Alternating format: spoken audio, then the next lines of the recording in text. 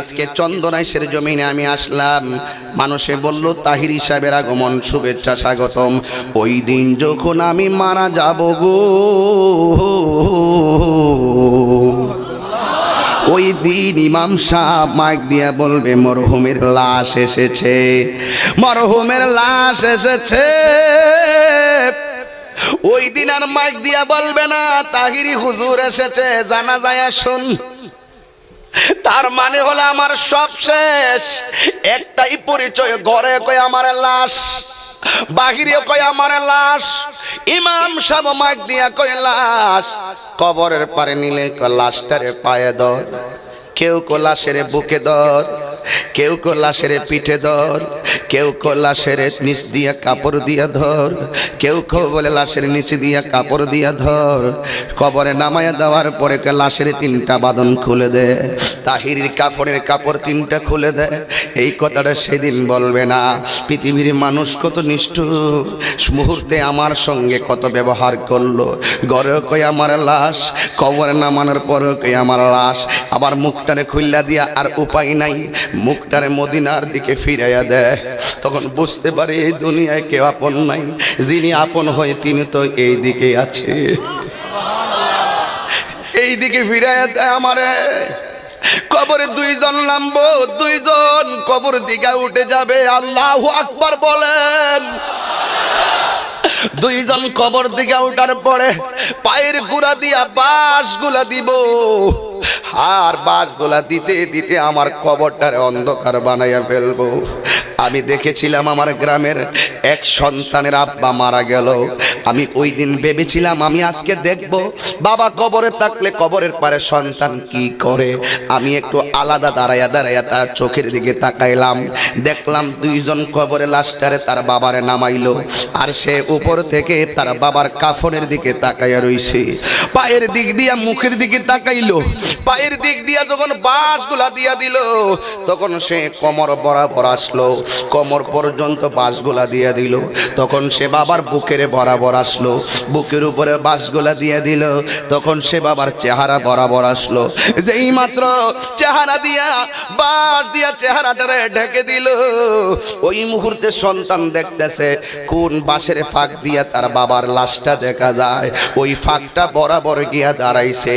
ওই বাবারে যারা কবরে শোয়াইছেন, মারে যারা কবরে শোয়াইছেন, তারা ছাড়া কথাটা কেউ বুঝবে না। কথা বলেন ঠিক কিনা? এ বন্ধুরি, ওই সন্তান বাবার লাশ দেখে দেখে কান্দি, আর দুইটা টুট লাগাইয়া বা কয়া যেন ডাক দেয়, কিন্তু মনের ব্যথা আর কেউ বোঝে না।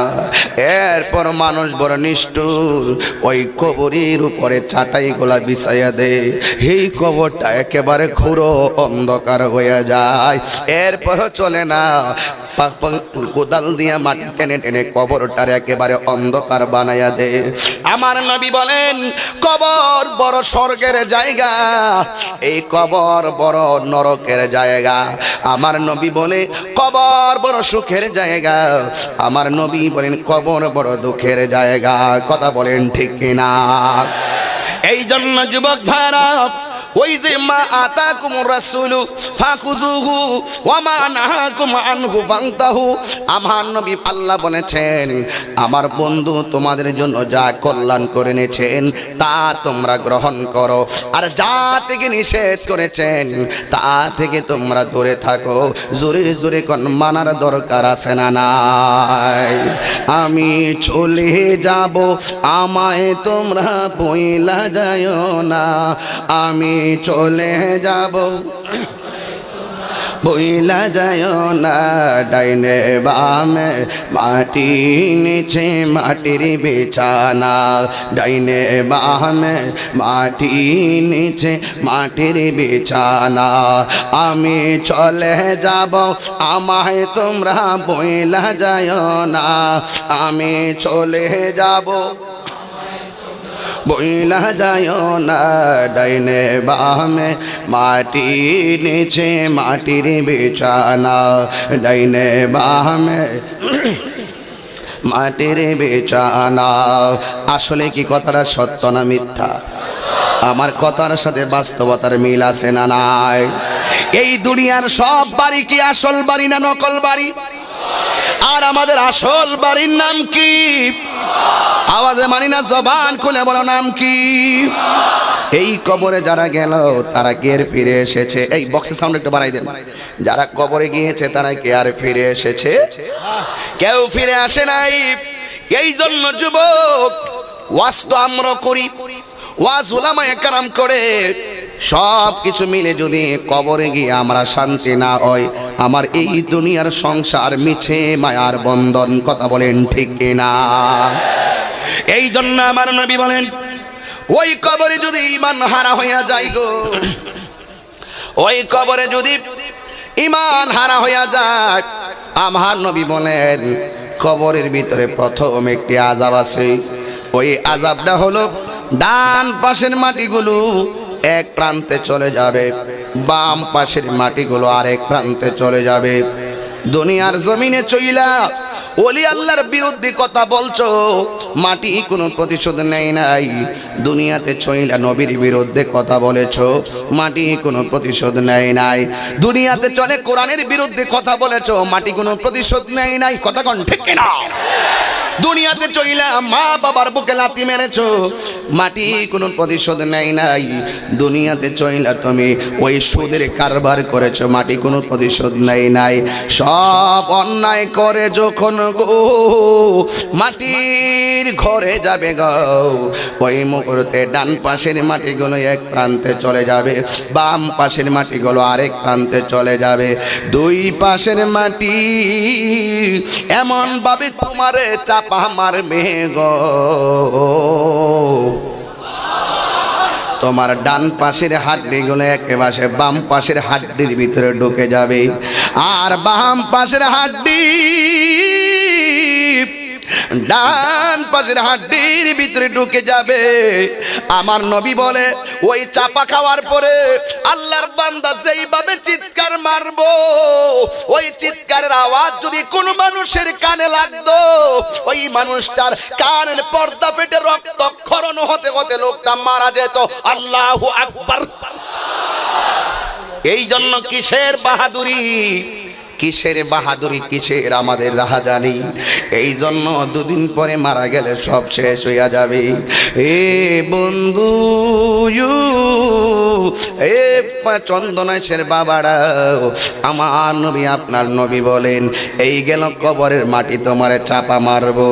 দুই নম্বর আযাব হলো ওই কবরের মধ্যে একটা ফেরেশতা নামবো, যেই ফেরেশতারা কানে শুনবে না, যেই ফেরেশতারা চোখে দেখবে না, তার হাতের মধ্যে থাকবে বিশাল বড় একটা হাতুড়ি। এই হাতুড়ি দিয়া বেঈমান হলে কবরে এমন ভাবে তোমার চাপাটাঘাত করবে, 70 গজ মাটির নিচে নিয়ে ঢুকে যাবে। আল্লাহু আকবার বলেন না। এমন ভাবে তোমারে আযাব দিবে, ওই আযাবের কারণে তোমার কান্নার আওয়াজ কেউ শুনবে না, তোমার কান্নার আওয়াজ কেউ শুনবে না। এইগুলো 2 নম্বর আযাব। 3 নম্বর আযাব হলো তোমার বডির মধ্যে কতগুলা বিচ্ছু তোমাকে অ্যাটাক করবে। এই বিচ্ছু অ্যাটাক করার কারণে তোমার অল বডিটা একেবারে পচে যাবে।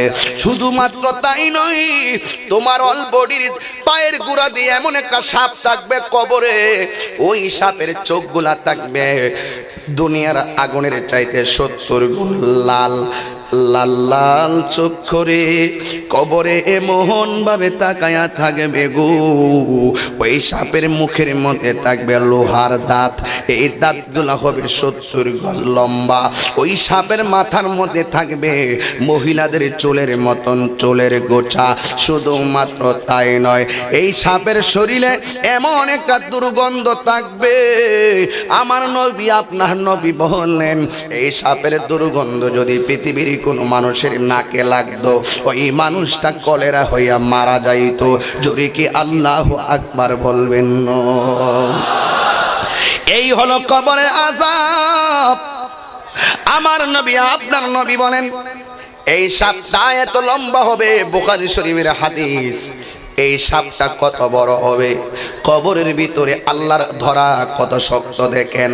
আল্লাহর কোরআনে বলছেন আমার আল্লাহ, ইন্না বাতশা রাব্বিকা লাশাদীদ।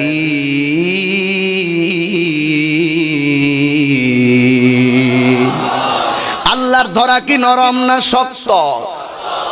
ইন্নাহু হুয়া ইউবদিউ ওয়া ইউঈদ।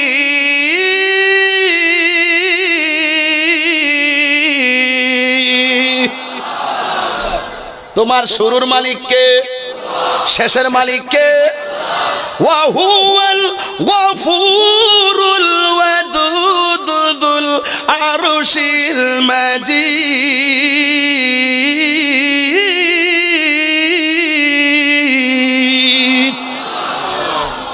গান গাইতেছি।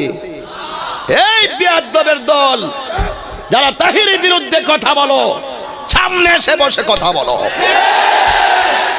একদিন হিসাব হবে, কর্ম অনুসারে হিসাব হবে। এই দুনিয়ায় কেউ করবে রসুলকে নিয়ে মাটির ব্যবসা, এই দুনিয়ায় কেউ করবে রসুলকে নিয়ে নূরের ব্যবসা। এই ব্যবসার হিসাব দুনিয়ার কোন কারিগর নাই করবে, এর হিসাব হবে মিজানের পাল্লায় হাসরের ময়দানে।